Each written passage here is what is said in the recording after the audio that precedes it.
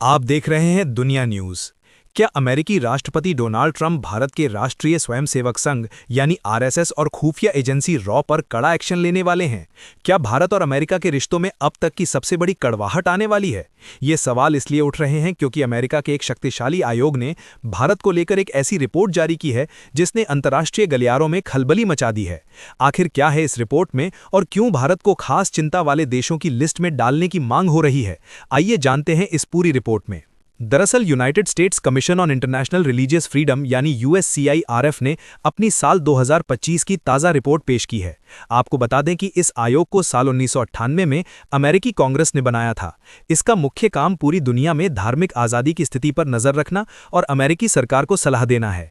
इस बार की रिपोर्ट में भारत को लेकर बेहद सख्त रुख अपनाया गया है। कमीशन का दावा है कि साल 2025 के दौरान भारत में धार्मिक स्वतंत्रता की स्थिति और ज़्यादा खराब हुई है। रिपोर्ट में आरोप लगाया गया है कि भारत सरकार ने ऐसे कानून बनाए या उन्हें और मजबूत किया है जिनका सीधा असर अल्पसंख्यक समुदायों पर पड़ रहा है। कई राज्यों में धर्म परिवर्तन विरोधी कानूनों को और सख्त किया गया है, जिनमें अब लंबी जेल की सजा का प्रावधान है। यूएससीआईआरएफ ने अपनी रिपोर्ट में कुछ खास कानूनों का जिक्र किया है जिन्हें वो अल्पसंख्यकों के लिए खतरा मानता है। इनमें सीएए, यूएपीए, एफसीआरए और एनआरसी शामिल हैं। इतना ही नहीं, रिपोर्ट में सीएए विरोधी प्रदर्शनों का जिक्र करते हुए कहा गया है कि उमर खालिद और शर्जील इमाम जैसे एक्टिविस्ट पिछले 5 साल से बिना ट्रायल के जेल में बंद हैं। आयोग ने गौ हत्या कानूनों के नाम पर होने वाली हिंसा पर भी गहरी चिंता जताई है। लेकिन सबसे चौंकाने वाली बात वो सिफारिश है जो इस आयोग ने अमेरिकी सरकार से की है। यूएससीआईआरएफ ने सुझाव दिया है कि भारत को कंट्री ऑफ पर्टिकुलर कंसर्न यानी विशेष चिंता वाले देशों की श्रेणी में डाल दिया जाए। ये लगातार 7वीं बार है जब इस आयोग ने ऐसी सिफारिश की है। रिपोर्ट में यहां तक कहा गया है कि अमेरिका को भारत के साथ होने वाली हथियारों की बिक्री और व्यापारिक समझौतों को धार्मिक स्वतंत्रता की शर्त से जोड़ना चाहिए, यानी अगर हालात नहीं सुधरते तो हथियारों की सप्लाई रोकी जा सकती है।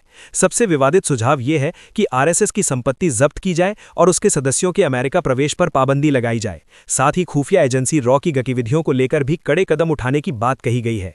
हालांकि दर्शकों को यह समझना जरूरी है कि यूएससीआईआरएफ सिर्फ एक सलाहकार निकाय है। ये सिफारिशें देता है, लेकिन आखिरी फैसला अमेरिकी विदेश मंत्रालय और राष्ट्रपति को लेना होता है। पहले भी ऐसी कई सिफारिशों को अमेरिकी सरकार ने भारत के साथ रणनीतिक रिश्तों को देखते हुए नजरअंदाज किया है।